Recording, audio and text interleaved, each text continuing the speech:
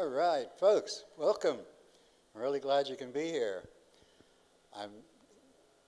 It's kind of weird having the audience spread out as much as you guys are, but I'll get used to it. Anyway, before we get started, actually, I need to make an announcement that I am these days required to make. And that is that I'm going to be talking about, among other things, altered states, trance states, NLP, hypnosis. And in the past, when I've talked on this subject, sometimes people go into a trance, into an altered state spontaneously. And if any of you are phobic about doing that, please don't be here. Now, the second item on my list is I need to make an apology. Because a few months ago, I talked on this subject, and I didn't make the announcement that I just made. And I didn't realize that I was breaking a local unspoken rule. And I got in trouble for it, so I'm never going to do that again. From now on, if you're going to listen to me talk, be aware, if you decide, well, if your subconscious decides that you're going to go into trance, don't blame me, okay? Are we in agreement? That's right. Few people realize that. I'm impressed. Yes. Trance states are very common.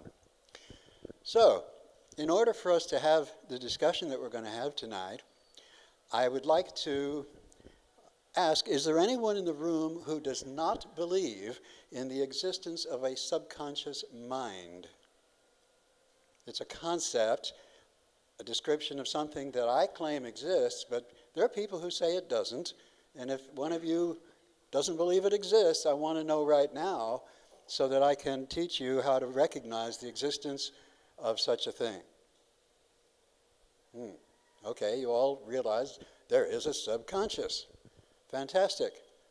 We just saved 10 minutes on my schedule here. All right. So, could you maybe address that question in English, because I might watch the video, be able to look people online? oh, well, I can do some of that. Yes. We do each have a subconscious mind, and it has certain characteristics with which most people are not familiar. Your subconscious mind is, in fact, much quicker than your conscious mind. When your conscious mind goes to make a decision resulting in a behavior, a visible behavior like reaching for something, that decision takes at least 1/10 of a second to manifest in the beginning of motion. When the subconscious does that, it takes a few thousandths of a second. The subconscious makes decisions much, much faster than the conscious mind. How do we know that? Well, let's see. Who do you think controls your pulse? Boom, boom, boom. Now you start exercising and it speeds up. And you relax and it slows down. Who's controlling that? Are you doing it consciously? Oh, let's see. My legs are moving so many times faster. I need to breathe a little faster. I'm going to beat my heart a little faster. Go heart, go heart, go heart. No, you're not doing that consciously. Your subconscious is controlling all of that. And a part of the subconscious, not the whole thing, is what is often called the autonomic nervous system that handles all your automatic things like your breathing and your heartbeat and your chemical factory and the delivery of millions of chemicals in minute quantities to billions of cells in your body in just the right amounts at just the right time. You don't do that consciously. Your subconscious handles all of that. Now, another interesting thing about the subconscious that differentiates it from the conscious mind is your conscious mind and mine is, so to speak, designed to focus our attention on something. Right now, you're listening to my words. Yes, you're also seeing me, but mostly you're listening to the words and absorbing the meaning and interpreting it in your own individual ways. Oh, well. So you're doing that. What else are you doing? All these other things at the same time. Your subconscious is multitasking on a grand scale. Well, how can we account for that? Well, consider this. In your head, you have not one brain, but 8 brains working together as one. There are all the parts on the left brain, and there's the right brain. But on each side, there are 4 layers. The fish layer at the bottom, the reptile layer that's somewhat more sophisticated, the mammalian layer where all of your feelings and emotions come from, and finally the cerebral cortex, and that's where your conscious thoughts are mostly happening. Well, think about it. That cortex is a very thin layer, very small compared to the rest of the brain. The rest of the brain is built for multitasking, while the cortex is built on focusing your attention on the words at the moment, or on something you look at, or something you think about. Whatever it is, you have these 8 brains working together in your head. Left and right are similar, but different. They can cooperate, or they can operate independently. There's another feature of the subconscious that is particularly interesting, and that is, it is self-organizing. What does that mean? A self-organizing thing? Yeah. How does that work? Well, we don't know exactly how it works, but it has certain recognizable features. For example, if I want to think about memories from so many years ago, my brain forms a set of connections for that purpose. And I start bringing up the memories, visual memories, auditory memories, olfactory memories, whatever I want. But that part of the brain is not physically distinct from the rest of the brain.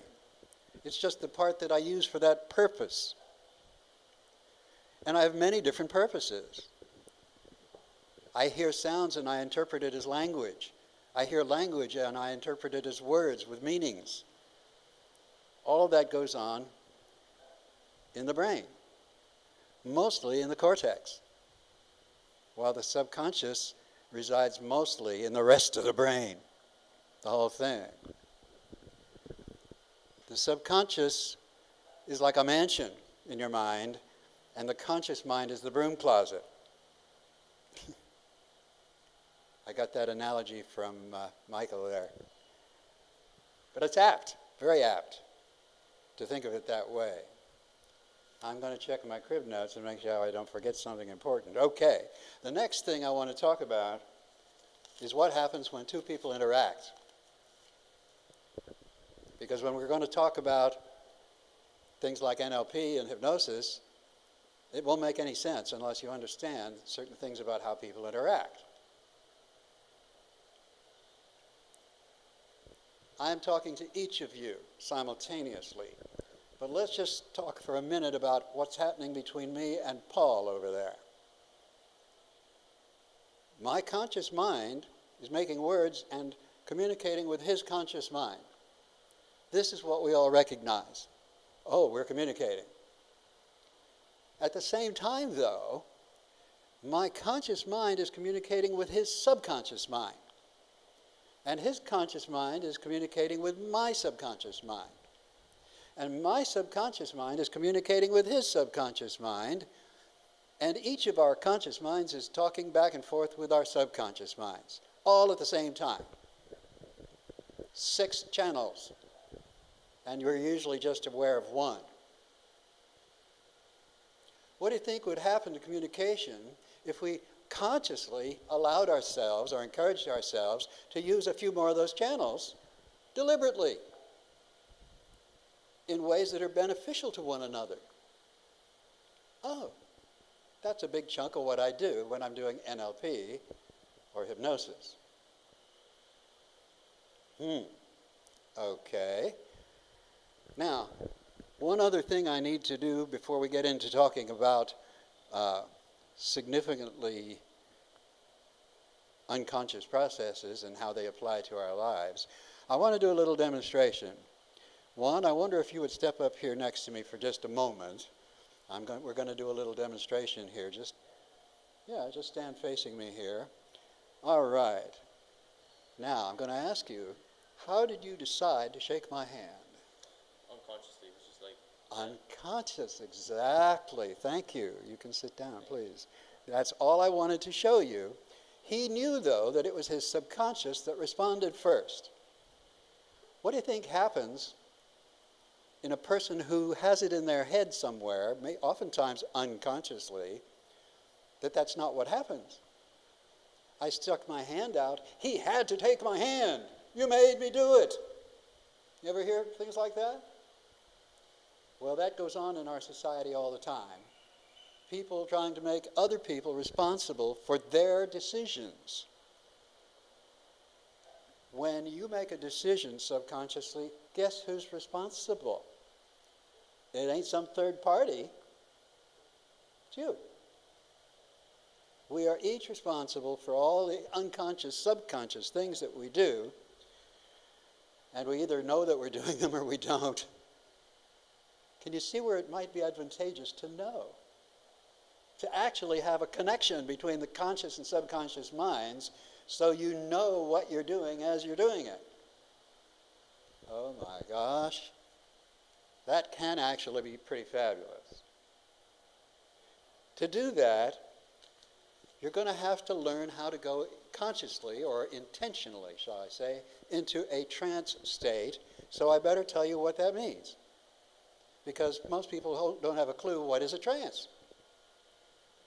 And unfortunately, people like Anton Mesmer and the stage hypnotists who soon came after him, they wanted the public to think that they had some supernatural power to reach into your mind and affect you. And that is simply bullshit. It does not exist.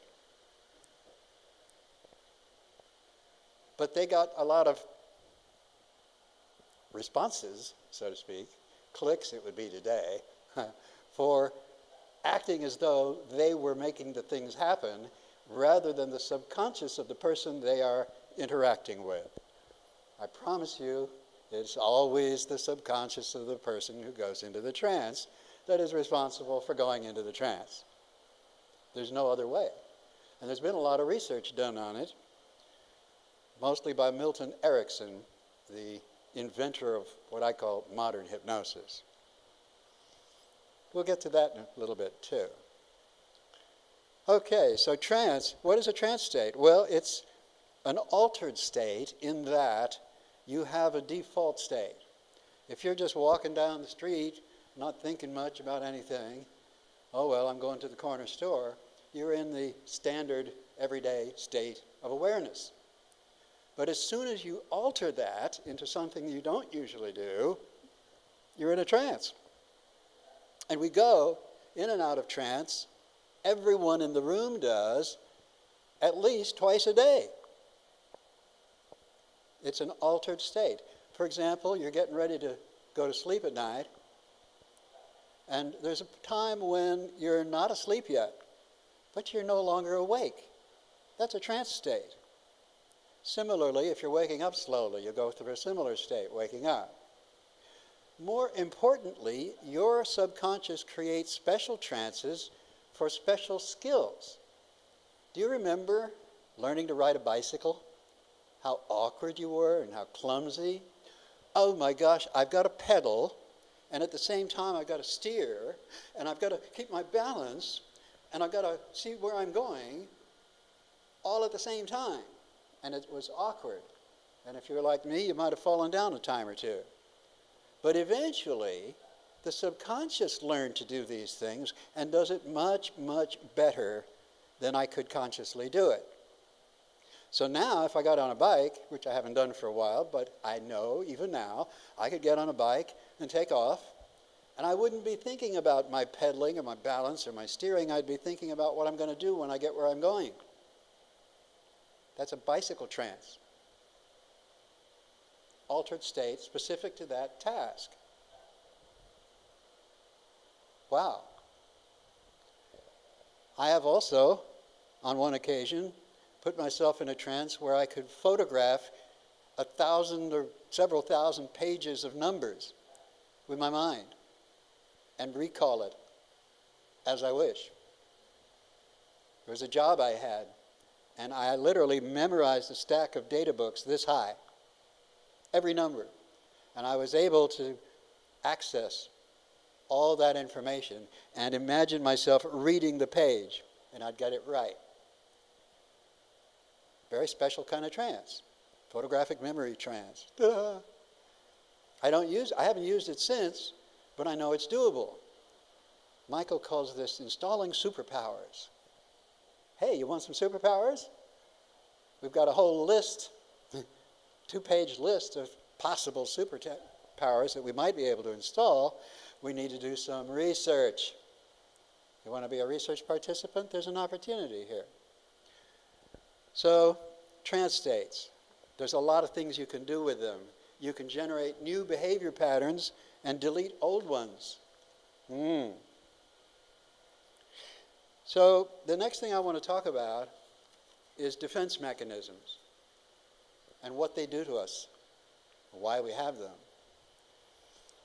The most primitive defense mechanism that we have, the one that we're born with, actually, is amnesia, the ability to selectively forget that we had certain experiences.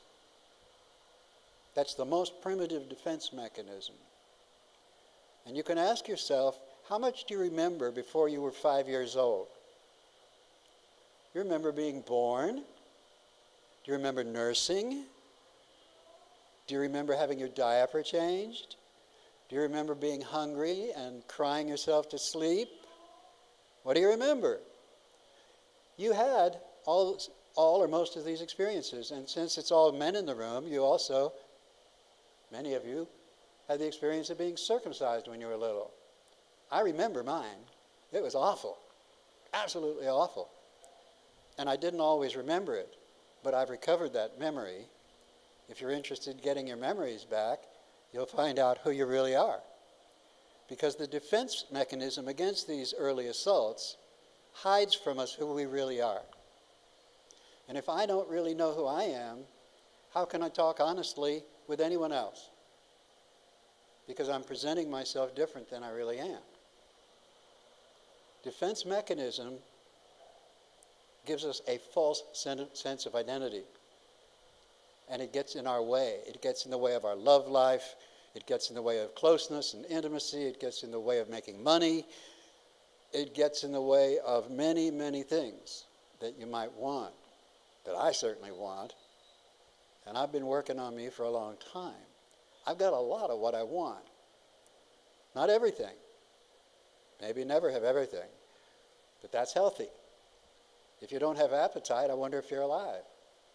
I have appetite for more of things I want. So, defense mechanisms. Amnesia. Check your memories. The less you remember before the age of 5, the more likely it is that your subconscious is protecting you from something that you're no longer at risk of. When you are a week old and your mother is a little depressed and you cry out for her and she scowls at you for a minute and walks away, you have no idea how profoundly you might have been hurt by that, because the infant is open, defenseless to everything. A frown, a scowl, an angry sound. These are traumatic to the newborn infant.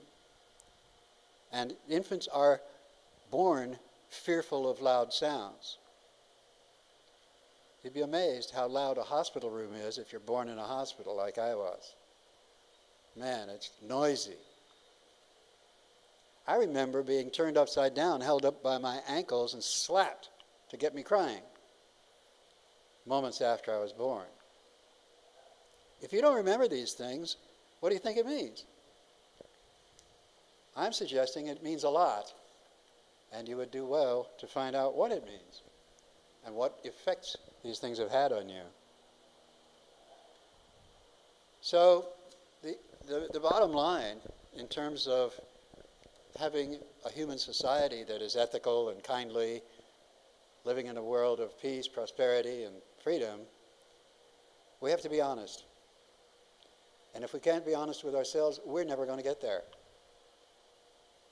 I don't know if that seems like a logical leap to you, but to me it's very, very evident.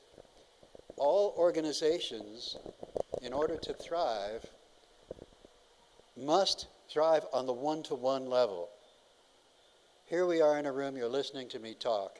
I'm going to be asking you for questions and comments in a moment, but at this point, you're listening to me talk, and we're having a relationship, early stage of a new kind of relationship.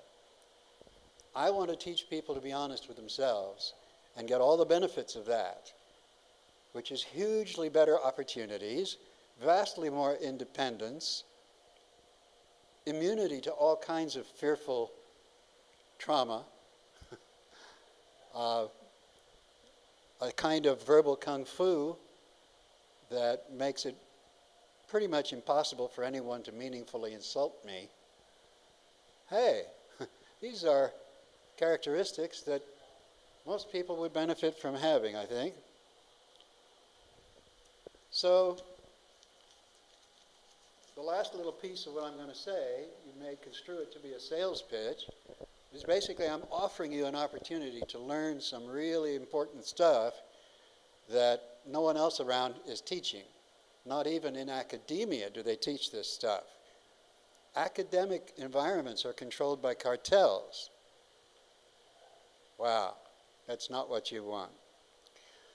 So, I'm going to put a notebook out here with columns where you can put your name to sign up for readings. What's a reading? Well, here's the thing. In order to know how to help someone, I have learned to look for clues to what's the real problem with them, because they consciously usually don't know. The subconscious knows, and so I attempt to talk with the subconscious, with some success at times. And what I do with that is I find out how was this person hurt and what has to happen for them to heal that hurt, because it's still operating in the defense mechanisms. So I ask questions about your experience of life, and I look at you closely because your body is like a map of when and how you were traumatized. So I read bodies as well as behavior, the use of language, vocabulary, and so on. And out of that, I can give you some feedback about what you might need to work on in order to heal some of the deeper wounds. It's speculative. I don't guarantee the results, but I'm rarely wrong. And I'm offering you that as a reading, where we sit for an hour or so and you give me something in return. We figure out together what that would be. Next, I'm going to hold a weekly group. Oh, I'm sorry, no. Next is individual sessions. This goes beyond the reading stage. This is where we start repairing the damage. I have skills in 6 different, what might be called therapeutic disciplines.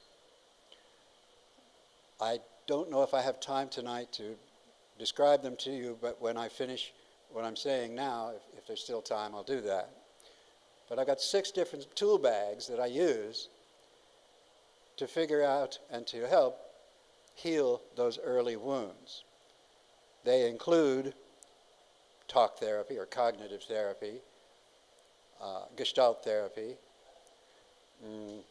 Third one would be strategic therapy. And I can give detailed descriptions of each of these.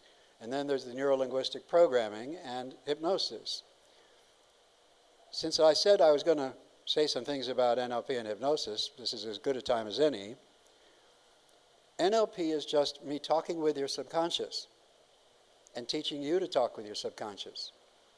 And out of that comes a new relationship between your conscious and subconscious. And when your subconscious trusts you enough, he'll begin supporting you. He'll be helping you instead of getting in your way. That is a very valuable asset to have. It can be had, but you got to do some work to get there. I can show you the way. I can't do the work for you, but I can show you the way because I've been doing it for 43 years now, my own journey. And I estimate at this point I'm about 90% healed from my early traumas. Still working on it daily. But having this tool bag is a treasure for me. Could be for you. There are also careers to be had doing this stuff. Anyway, so readings, individual sessions, some people need to do some individual work before they go into a group because they don't trust enough people to go into a group. But when they trust me, I can take care of them in the group, no problem. Once they trust that, group becomes possible, and much more can happen in a group than can happen in an individual session because you've got lots more energy in the room. Very valuable asset. And then there will be workshops. I'll be doing at least one workshop as part of Anarchapulco this year. It'll start out as a one-day, but for those who want it and pay in advance, it'll be a 3-day. So you pay for 1 day or you pay for 3, and it'll be an intensive 3 days, I can tell you. I'm really looking forward to it. Just for people that are ready, not for everyone. Okay, I'm open now to questions and comments on what you heard me say. Can you cover, go into a little bit more depth about NLP, like how can people recognize, perhaps, like how does it work? I think there's a... Okay. I'll take the mic and kind of ask the question. Testing. So I think people have kind of like a perception of NLP that it's sort of like some ninja communication stuff and you can sort of jujitsu people into things. Can you talk a little bit about what NLP looks like? Sure. And maybe how people can become more aware of how to recognize NLP and maybe even how to use it, Okay. or know when they're using it without knowing that they're using it? Okay, I can say a little about it. My thoughts are hardwired to my body. And because of that, certain kinds of thoughts result in motions of my body that could be observed. The most prominent among these is eye motion. If I am remembering a past event that I saw, I look up and to the left. If I want to imagine a visual experience that I've never had, I'll look up and to the right. All of my purple elephants are up here to the right. When I want to think about what do I feel, I'll look down and to the right. When I'm having an internal conversation with myself, I'll look down and to the left. When I'm remembering what you said to me 5 minutes ago, I'm just going to look to the left. And if I'm imagining you saying something to me, I'll look to the right. I can't not do these things. I'm wired to do them, and so are you, with some small variations in that pattern. So if I'm talking with someone, their eyes are telling me how they're responding in terms of whether they're making images, hearing sounds, paying attention to my words, or checking their feelings. Their eyes are telling me that moment to moment while we're having a conversation. I may or may not pay attention to it, but my subconscious notices it. I've trained him to do that. Wow. Do you think that might give me some advantages when I'm in a conversation with someone? I wind up knowing what's happening in the conversation, and I can structure what I say to build more rapport with the person I'm communicating with. If you hear what I mean, you're in an auditory state. If you can see what I'm saying, you're in a visual state. And with a little coaching, you can actually be intentionally moved from state to state, not because they're actually moving your attention, but because you are voluntarily paying attention in a different way. Like when I held out my hand to one and he shook it, I didn't ask him to shake it. I didn't tell him to shake it, but he subconsciously decided to do that. It's the same thing about going into a trance state. I can invite you, but only your subconscious can decide you're going into a trance or not. And he's quite capable of not. Short of giving someone medication or some kind of drug, I cannot induce a trance state in them against their will, any more than I can shake your hand against your will. Let that sink in. It's very simple, it's very straightforward, and very accurate as to what's really happening when two people interact. So the NLP part is I watch people's motion of their eyes. I notice their posture. Everybody's posture tells me something about the state they're in. Randy over there is in a much more visual state than the rest of you. How do I know that? Because he's so upright in his posture. That's a sign of a visual acuity, visual attention. Well, I see posture. It tells me stuff about what modality of experience are you having. Is it visual, auditory, kinesthetic? What is it? I get that from the predicates you use in your language. If you're in a visual state, you'll say, I see what you mean. But for the same message, if you're in an auditory state, you might say, I can hear that. If you're in a kinesthetic state, you'll say, well, I've got a hold on that idea. Your verb predicates, I pay attention. In doing the readings, I also pay attention to things like how you respond to concepts that we run into in society, these fictions that we call the state, the country, the nation, the patriot, the anarchist, and so on. Those are all significant. How we react to those words is indicative of how we were treated. Everyone who leaves the friggin' USA to come down here and get away from being told what to do all the time, you can bet when we were little, we had someone telling us, do as you're told. And we never liked it then, and we decided then we're going to get away from it, and by God we did, eventually.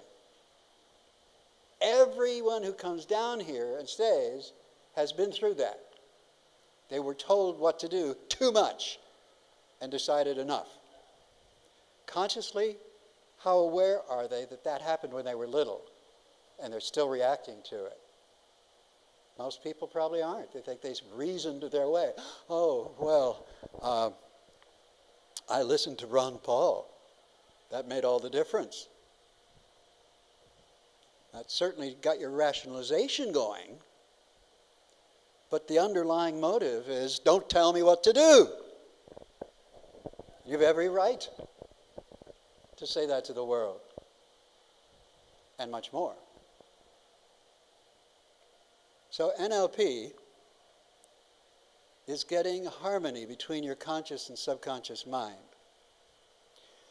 For instance, right now, I invite each and every one of you, just for a moment, close your eyes, go inside and say hello to your subconscious mind. Hello there, subconscious. Are you willing to communicate with me in consciousness? Ask him that question. And then pay attention to any sounds you hear, any words you hear, physical sensations or images. Because you're going to get a response whether you recognize it or not.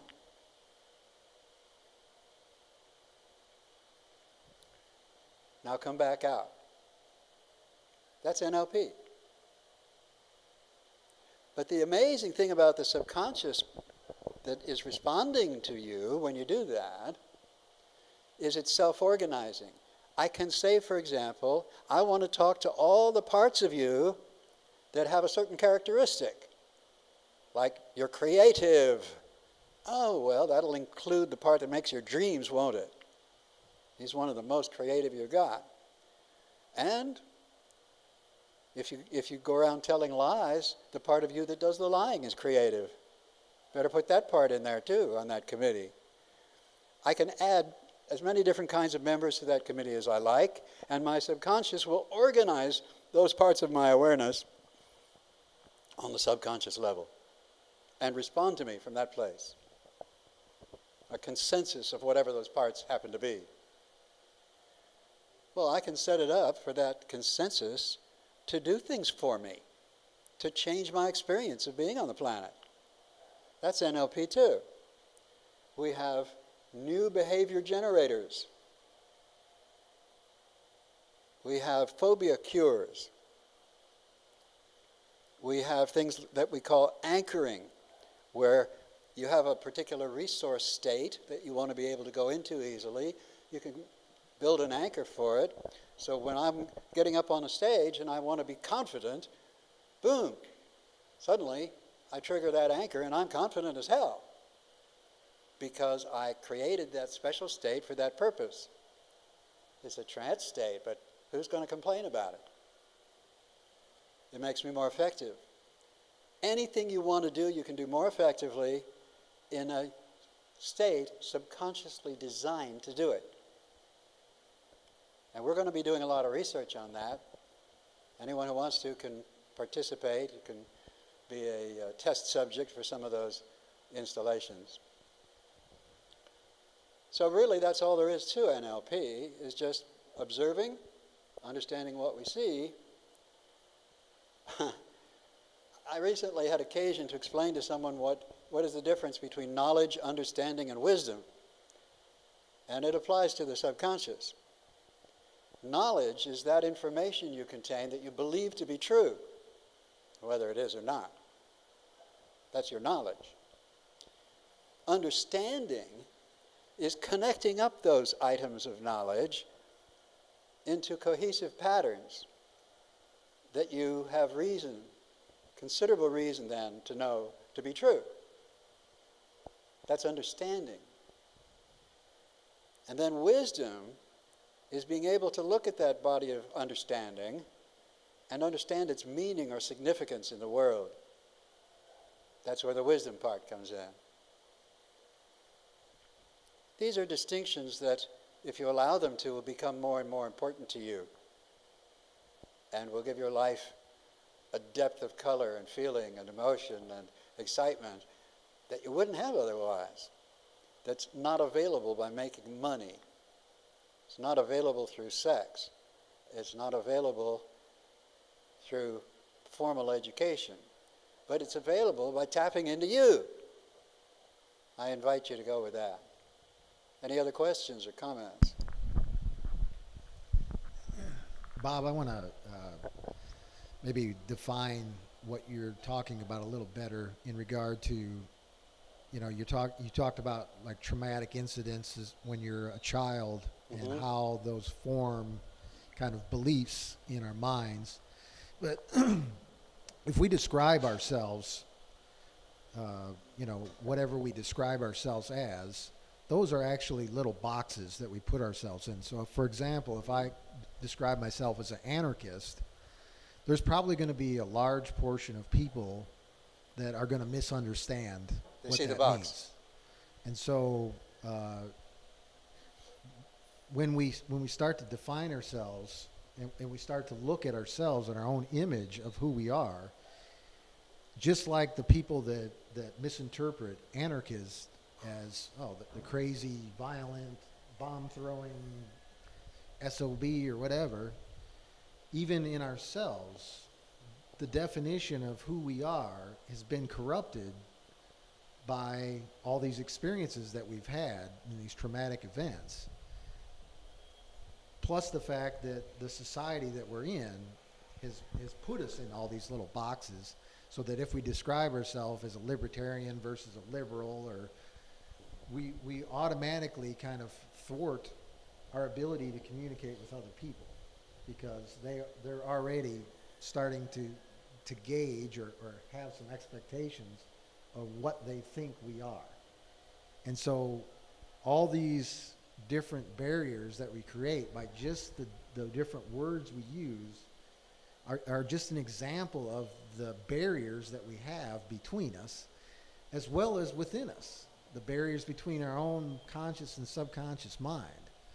And so, you know, essentially that's what you're talking about when you're going through the individual, as well as the what was the word you used? the kind of evaluation, Of the readings. the readings. Yes. So Yes. all those things. So, what it comes down to is, this room, we've got a lot of intelligent people here. I mean, vastly more intelligent than the average person, I would say, or at least a lot more awareness. But we're still dumbasses in reality, because we're really realizing a very small percentage of our potential Yeah. because of all these barriers. Oh, I agree with that. I wouldn't call us dumbasses for that reason, but I can see where one could say that. You'd be justified in saying it. We've been dumbed down. And getting over that is not easy. I do see that some people want to get over it. Some people know they have something to get over. Some people pretend they don't. And it's the ones who own up to it and are willing to grow through it, they're the ones who are going to come out ahead. Well, like for example, the things that we tell ourselves, like for example, I'm not good in math or something like that. I'm not good with algebra. And so I'm not going to... Self-limiting. Essentially, that statement is something that's been programmed into my head that I'm, maybe someone else told me, my math teacher told me, or someone told me along the way, and I just accepted it Right. as a fact. And then from that point forward, I was not good in math. And the reality is I might be great in math, but Yeah. someone is just, someone with authority figure, someone that I believed, told me I'm not. And so I believed it. And so we've got tons of these. Yes. When we're very restrictions. little, believing what we're told saves our lives. It's not safe to go play in the street. Don't do it. I believe that. I stay out of the street. Saves my life. I don't get hit by the car. As I get older, I have to recognize that sometimes what I'm being told isn't right. And I have to take responsibility for changing my mind. That's hard. That's not easy. Especially, it's hard if your subconscious isn't cooperating with you. If he does cooperate, it can be pretty easy. So the trick is finding out, how do I get my subconscious to cooperate? And how do I cooperate with him? Thank you for those comments. I think that's very right on. Anyone else care to comment or ask a question? I would just want to point out that while it's certainly true that people can harbor lies about themselves or misinformation about themselves, there's also limits to personality capabilities, I believe. There's good research for that. So like there are some people that are simply just better at some things than others, or like have more capacity, more innate ability. Yes. But there's also self-limiting beliefs, So it's kind of, there's some dynamics there that are a little bit more nuanced, but yeah. I think the point that Michael was making, and I think it's right on, is that we all have more potential than we are likely to think we have. Because we're oftentimes thinking what we're told to think. And it's often wrong. So I'm quite with you on that. Well, I think there's a book called The 7 Habits for Highly Effective People. I don't know how many people are familiar with that one. Yeah. It was a book that when I read it, it changed my life because I adopted it into my my habits.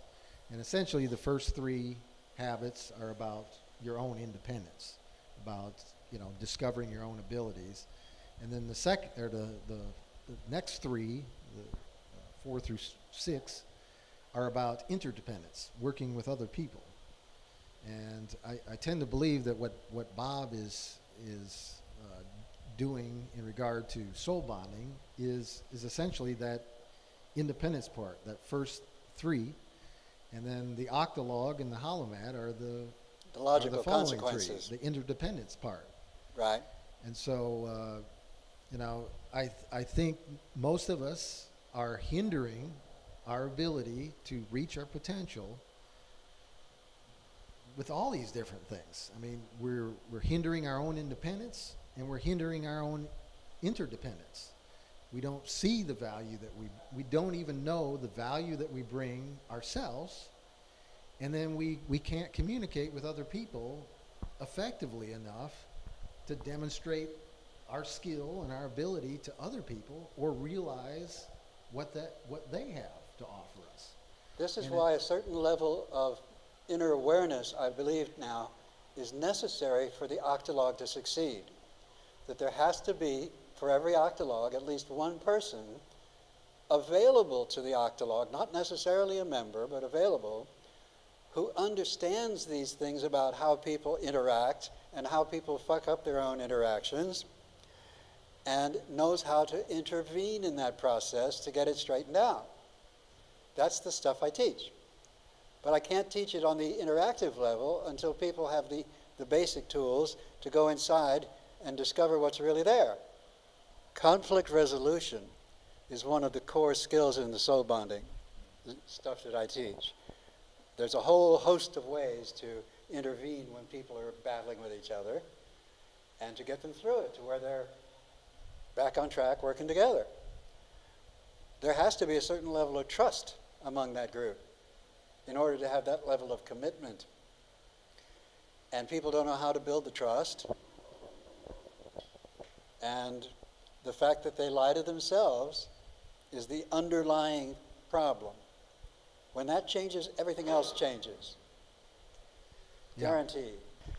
I have here 4 lists. A list for people interested in having a reading, where I spend an hour with you or thereabouts and do a reading. A session, anywhere from 20 minutes to 2 hours, depending upon what it is we have to accomplish. A group, an ongoing weekly group. If you're interested in that, put your name under the word group. And if all you want to do is read the book Soul Bonding, that hasn't yet been published, but I have it in PDF format, put your name on the book only list, and I'll send you the book. And you can go into much more depth then on all this stuff that we've just covered, just started. I can promise you this much. If you want to learn to be scrupulously honest with yourself, we know how to get you there. I know how to get you there. I'll point the way, you'll do the work.